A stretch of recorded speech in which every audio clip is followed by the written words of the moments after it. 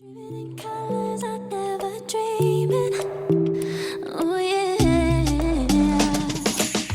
I let you in deeper than I let anyone else before. Fell in love with my broken pieces, took 'em all and made 'em yours. Didn't know what my heartbeat needed. Skipping out, no I can't keep score when I lose my breath. Boy, you got me breathing. Hello नमस्ते सबैजनालाई यो सबै सन्चै हुनुहुन्छ होला म पनि आरामै छु न्युजिल्यान्ड आएको चाहिँ 3-4 दिन भएको थियो म चाहिँ अनि घाँटी बसेको रुगा खोकी बस म आउँदाखेरि खासै अपडेट पनि दिन पाएन आज चाहिँ म न्युजिल्यान्ड आएपछि चाहिँ एउटा साह्रै रमाइलो यात्रामा छु भाइसँग म ट्राभल गरिरहेको छु हाम्रो यात्रा चलिरहेको छ गाडी चलिरहेको छ होइन अनि आजको भिडियो चाहिँ के को बारेमा हुँदैछ भन्दाखेरि चाहिँ न्युजिल्यान्डको बारेमा हुँदैछ 0 देखि चाहिँ 100 लेभलसम्मको चाहिँ आज भिडियो हुनेवाला छ हो थोरै भिडियो लामो हुनसक्छ त्यसैले चाहिँ धैर्य धारण गरेर पुरा भिडियो हेर्नु होला अनि इफ हजुरको मनमा चाहिँ हजारवटा क्वेसन आइरहेको हुनसक्छ न्युजिल्यान्ड के हो कस्तो हो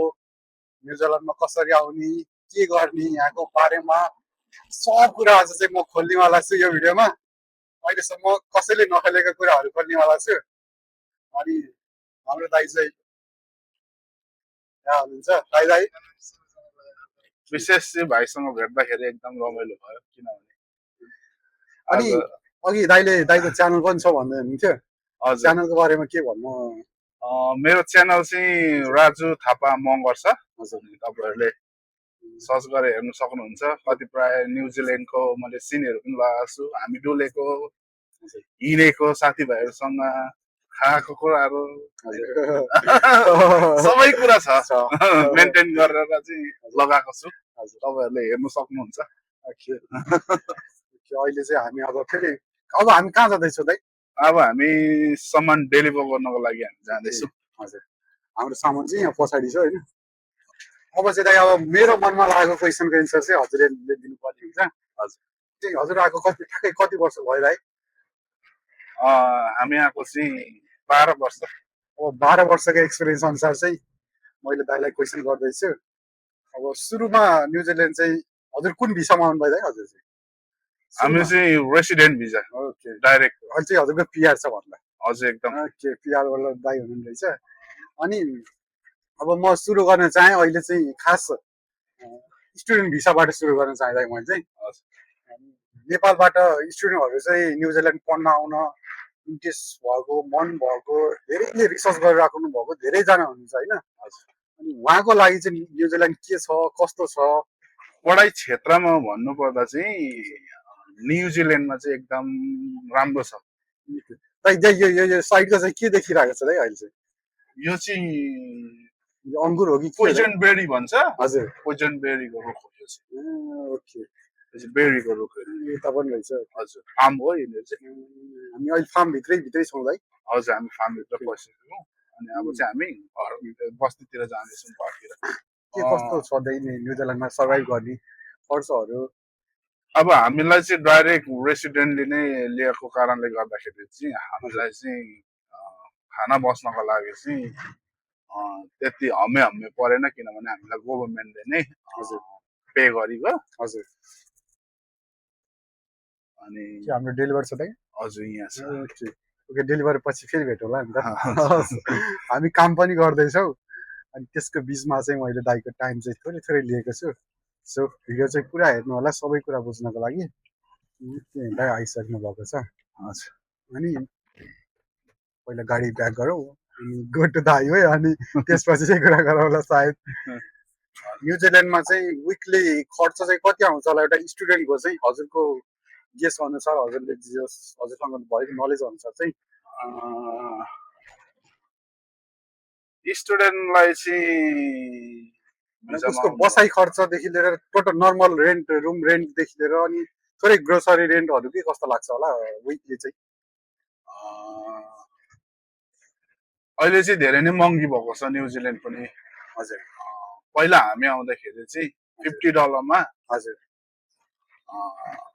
हप्ता दिन पुग्ने सपिङ गर्थ्यौँ हामी अहिले चाहिँ हामी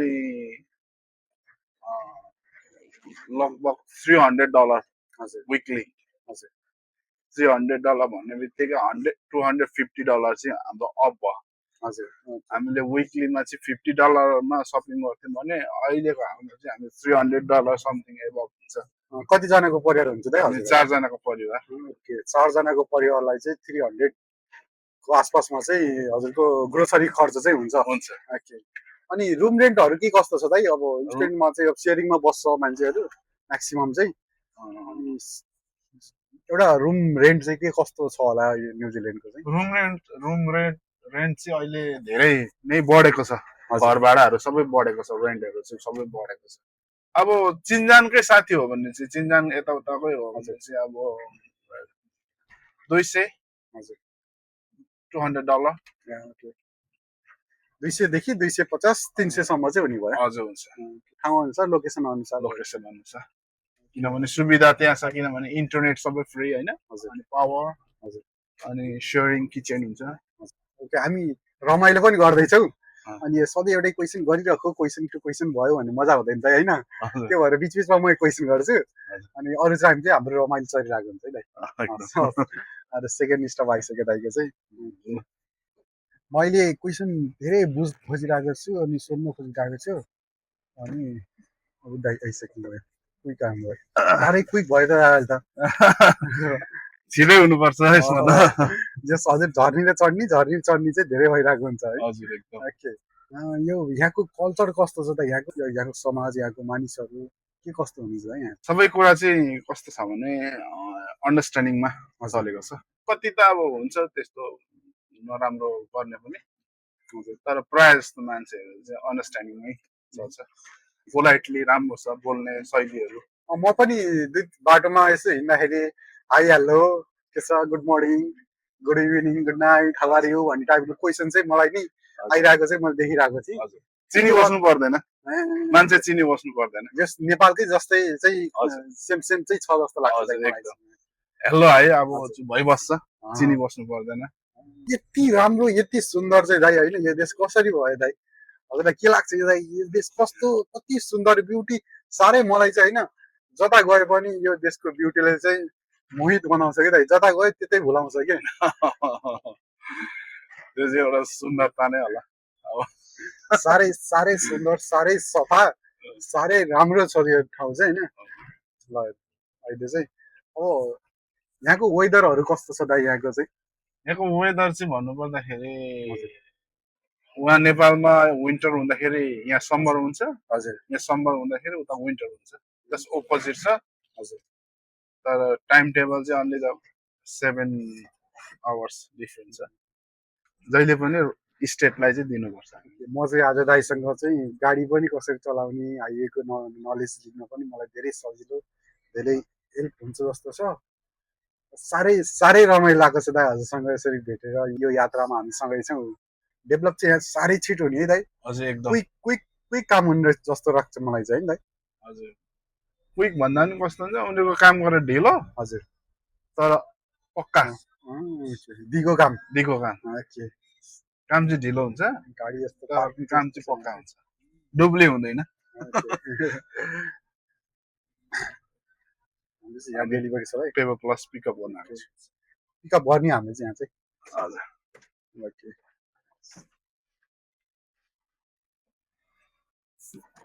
ओके मलाई चाहिँ हिजोसम्म बोर लागेको थियो म खासै बाहिर निस्केको थिएन अनि घाँटी पनि बसेको थियो अलिअलि यो वेदर चेन्ज भएको थियो मलाई काठमाडौँमै हुँदाखेरि मलाई अलिअलि चिसो लागेको थियो अनि आजबाट चाहिँ म नेपाली समाज नेपाली कल्चर नेपाली दाजुभाइसँग बिस्तारै बिस्तारै घुम्नु हिँड्दैछु प्लस यो भिडियो के कस्तो लाग्दैछ कमेन्ट गर्नु होला तपाईँहरूको केही क्वेसन छ भने चाहिँ कमेन्ट गर्नु होला त्यो कमेन्टहरूको म लिस्ट बनाएर चाहिँ अर्को पार्ट निकाल्ने प्रयास गर्छु काम पनि चलिरहेको छ अनि गफ पनि चलिरहेको छ न्युजिल्यान्डमा कमाउनै पर्यो दाइ ओके दाइ अब न्युजिल्यान्डमा कमाउनै पर्यो भनेपछि अब हामी थोरै पर्सनल अनि सबैले सोचिरहेको सबैले खोजिरहेको चाहिँ क्वेसनमा जान्थ्यो होइन दाइ न्युजिल्यान्डमा कमाइ चाहिँ मान्छेको कति जति हुन्छ पर आवर चाहिँ के कस्तो दिइरहेको छ अहिलेको गभर्मेन्टले अहिले मिनिमम वेजेस चाहिँ लगभग मैले जान्दाखेरि चाहिँ 23.50 सेन्ट्स छ भन्ने चाहिँ मलाई लाग्छ। हजुर अब त्यो मिनिमम भयो त अनि मान्छेले चाहिँ कति टाइममा चाहिँ त्यो मिनिममबाट थोरै हाई आफूलाई अपडेट गर्दै जान सक्छ र म्याक्सिमम कतिसम्म पुऱ्याउन सक्छ त त्यो चाहिँ आफूले कम्पनीमा हजुर जति काम चाहिँ रिलायबल भयो भने कन्टिन्यू भयो भने हजुर अनि काम राम्रो हजुर भयो भने गरेर राम्रो देखायो भने चाहिँ हजुर अनि कम्पनीले नै बढाइदिने हो वर्षमा अथवा वर्षमा खासै वर्षमा बढाउने हो। बोनसहरू के कस्तो दिन्छ त यहाँ चाहिँ बोनसहरूको यताउता के छ कि नै त्यस्तो अब बोनसहरू त त्यही हो अब सिक लिभ दिइहाल्छ हजुर वर्षमा 10 दिन हजुर आफू सिक भयो भने बिरामी भयो भने हजुर काम गरे बापत हप्तामा कम्पनीले 2-3 घन्टा 3.5 घन्टा हजुर त्यो चाहिँ आफ्नो हलिडेको लागि राखिदिन्छ। हजुर अनि आफू कतै गयो भने हजुर त्यो हलिडे पे गर्छ। कस्तो राम्रो ठाउँमा हामी है दाइ हामी गफ गर्दै हजुर यो चाहिँ रिटायरमेन्टहरू बस्ने ठाउँ ओके यस आर्मीहरू रिटायर भएर बस्ने ठाउँ होइन त्यो पेन्सनहरू सरकारी जागिरहरू जे पनि होइन यो चाहिँ बुढापाकाहरू बस्ने। ए ओके ओके हजुरबा र हजुरआमा बस्ने ठाउँ होइन दाइ हजुर एकदम साह्रै राम्रो रहेछ होइन दाइ हामीले त्यहाँ डेलिभरी गऱ्यौँ हजुर अनि पुऱ्यायो भन्ने भयो होइन हजुर अनि त्यसपछि हामीलाई केही गर्नु परेन किन सक्यो होइन सक्यो। जस्तै यो स्क्यानरले सबै कुरा बताउँछ। हजुर यो मेन कुरा चाहिँ हजुर यो हजुर यस्तो यो चाहिँ यसले चाहिँ स्क्यान गर्ने हजुर अनि सबै भन्छ मेरो सामान आयो भनेर चाहिँ थाहा पाउने क्यामेरा पनि हुने रहेछ त यसमा छ। के फोटो खिचेर पठाउनु पर्छ कि छोड्नु पर्छ कुनै सामान चाहिँ फोटो खिचेर छोड्नु पर्ने हुन्छ हजुर अनि कुनै चाहिँ साइन गरेर छोड्नु पर्ने हुन्छ कुनै चाहिँ त्यतिकै छोड्नु पर्ने हुन्छ। Driver licence okay driving licence चाहिँ चाहियो काम काममा काममै आउँदा पनि पढ्नै आउँदा पनि विशेष भने ड्राइभिङ लाइसेन्स भयो भने चाहिँ त्यो मान्छेलाई चाहिँ सहज भयो डुल्नको लागि काममा जानको लागि आफू बाइचान्स काम गर्छु भन्दाखेरि पनि लाइसेन्स भयो भने चाहिँ सजिलो भयो रेस्ट टिकट चाहिँ सजिलो भयो। म एकैछिन पिकअप गरेर आएको छु। साह्रै रमाइलो भइरहेको छ दाइसँगको यात्रा आजको दिनमा अझ मैले केही कुरा सोध्न बाँकी छ भने म सोधिरहेको छु सम्झि पनि रहेको छु अनि इफ तपाईँलाई चाहिँ यो कुरा सोध्दै हुन्थ्यो भने चाहिँ कमेन्ट बक्स खाली नै छ होइन कमेन्ट गर्दै गर्नु होला। माल पनि सबै लोड भइसक्यो दाइ अहिले त गाडी भरि भइसक्यो हाम्रो साह्रै रमाइलो साह्रै राम्रो ठाउँमा ल्याउनु भयो अनि गाडी रोक्नै लाग्यो मैले चाहिँ त्यसको लागि धन्यवाद। म चाहिँ एकचोटि झर्नै गर्छु है अब यस्तो मजाको ठाउँमा छौँ अहिले चाहिँ हामी होइन टक्क समुद्रको नजिक छौँ होइन दाइ ठ्याक्कै यो ठाउँलाई के भन्छ दाइ यो चाहिँ रुबी बे भन्छ। रुबी बे ओके नाइस आउनु नि त हजुर म एउटा क्यामेराको स्क्रिनमा देख्छु अहिले चाहिँ हामी यस्तो ठाउँमा छौँ हामी चाहिँ अहिले रुबी बेमा छौँ। म चाहिँ अब फर्स्ट टाइम मलाई यो समुद्रको नजिक आएको दाइ होइन अझै समुद्रलाई छुन पाएको छैन होइन तर म यतै भुल्थेँ होइन टक्क हेर्नु सिनहरू यस्तो बवाल छ नि अहिले चाहिँ हामी अझ यहाँ चेस हान्दैछौँ दाजुभाइ भएर अनि आजको लागि भिडियो यति नै भयो धेरै लामो पनि बनाउनु भएन अनि इफ केही क्वेसन छ भने चाहिँ कमेन्ट बक्स खाली नै छ कमेन्ट गर्नु होला अनि त्यो क्वेसन चाहिँ हामी फेरि अर्कोचोटि चाहिँ फेरि क्वेसन एन्सर दिनलाई रेडी छौँ। आजको लागि भिडियो यति नै भयो होइन के कस्तो लाग्यो कमेन्ट गर्नु च्यानलमा नयाँ हुन्छ भने सपोर्ट गर्नु माया गर्नु होला अनि न्युजिल्यान्डको भिडियोहरू आउँदैछ यो च्यानलमा बिस्तारै आउँदैछ अनि प्लस दाइको च्यानल पनि भिजिट गर्नु अर्को भिडियोमा फेरि भेटौँ है त बाई बाई।